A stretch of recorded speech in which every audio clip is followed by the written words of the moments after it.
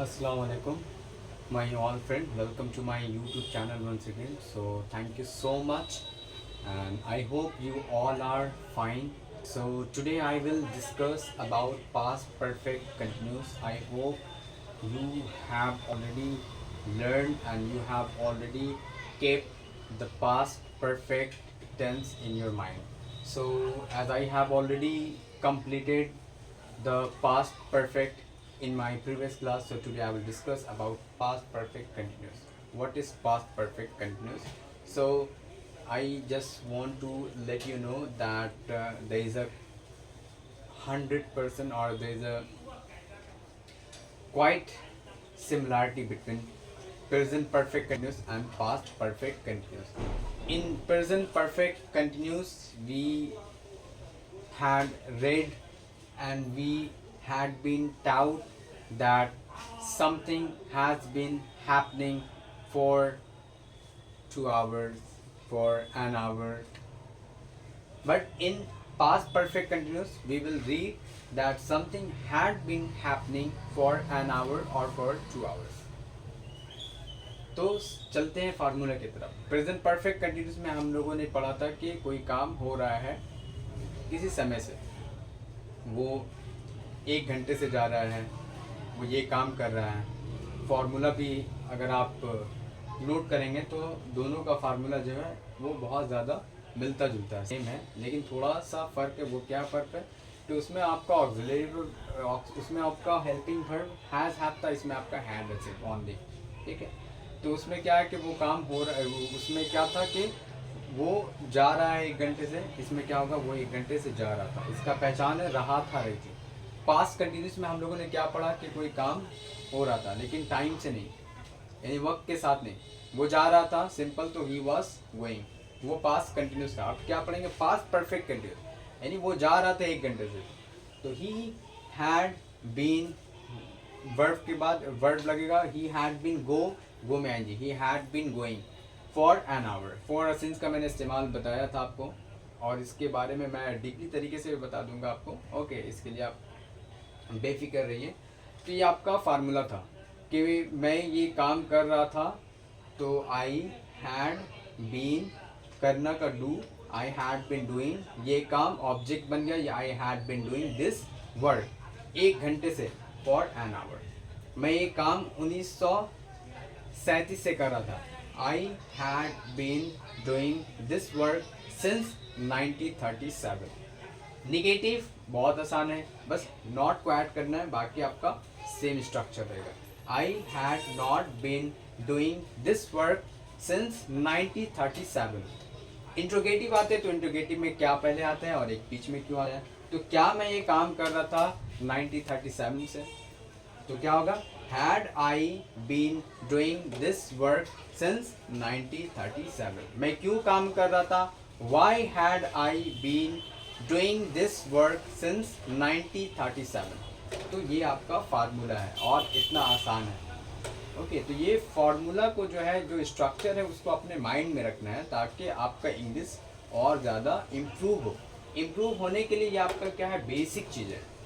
आज हमारे जहन में बेसिक चीज़ का नहीं होता है, बेसिक चीज़ जो है वो नहीं होता, इस वजह से हम क्या है, बोलते वक्त फंस जाते हैं, अटक जाते हैं। तो ये हमारा जो बेसिक्स है, तो बेसिक्स हमारा जितना स्ट्रांग होगा, कहते हैं ना कि जितना हमारा जो जो क्या कहते हैं उसको, पिलर कहते हैं, पिलर जितना मजबूत होगा उतना क्या है, इमारत भी उस पर खड़ा होता जाएगा, चला जाएगा। तो ये क्या है, हमारा बेसिक्स है। हमारा बेसिक मजबूत होगा तो हमारा इंग्लिश बोलना भी आसान है, ग्रामर समझना भी आसान है। और ये क्या है, ये सब पूरा ग्रामर है। ये जो टेंस, मॉडल, कंडीशन है, सब कहीं ना कहीं ग्रामर से ही मिलता जुलता है और ग्रामर से घिरा हुआ है। ओके, सराउंडेड है। तो आपका फार्मूला था past perfect continuous. Present perfect continuous में था subject has, have, been, verb one ING plus for, since, object के बाद प्लस फॉर या सिंस, या फिर उसके बाद टाइम। इसमें क्या है, subject plus had plus been plus verb one plus ING plus object plus for या सिंस प्लस टाइम। ये आपका फार्मूला है, बहुत आसान है। आप इसको बहुत ज़्यादा वर्कआउट करें घर में।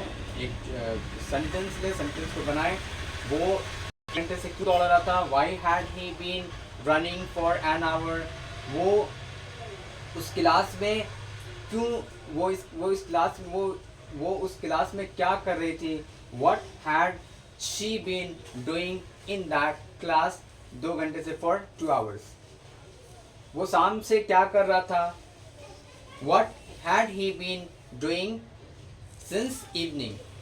मैंने बताया था कि जहाँ पर मुकम्मल तौर पर इवनिंग क्या है, सिंस इवनिंग, अब इवनिंग का कोई भी समय आप ऐड कर दें, इवनिंग का कोई समय भी ऐड कर दे, वो इवनिंग में ही कैलकुलेट होगा, वो इवनिंग में ही काउंट होगा। तो इस तरह से जैसे कोई काम सुबह से हो रहा था, बारिश, कल रात से बारिश हो रही थी, तो क्या है, इट के बाद it had been raining since last night, क्योंकि यहाँ पर मुकम्मल तौर पर पता है कि कल रात से बारिश हो रही थी, ऐसा नहीं कि दिन से या शाम से, कल रात से, सिंस लास्ट नाइट या सिंस प्रीवियस नाइट, ये भी कह सकते हैं। ओके, किसान सुबह से खेत में हल जोत रहा था, farmer had been plucking in the farm since morning. तो ये आपका सेंटेंस है और आप इसको खूब प्रैक्टिस करें।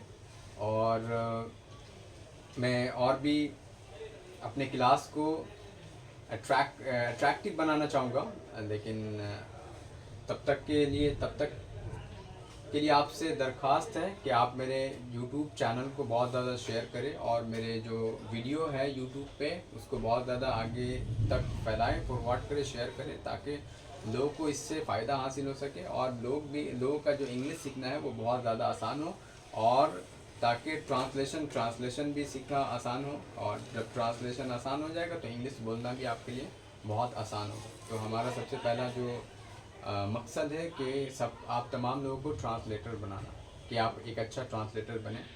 यानी यहाँ पर आपको जो ट्रांसलेशन जिससे सिखाएगी वो इंग्लिश का, यानी कोई हिंदी है उसको इंग्लिश में आपको ट्रांसलेट करना। तो इसके बारे में मैं ये क्लास इसी के बारे में, इसी के लिए है, ओके, ताकि आपका इंग्लिश और भी ज़्यादा इम्प्रूव हो।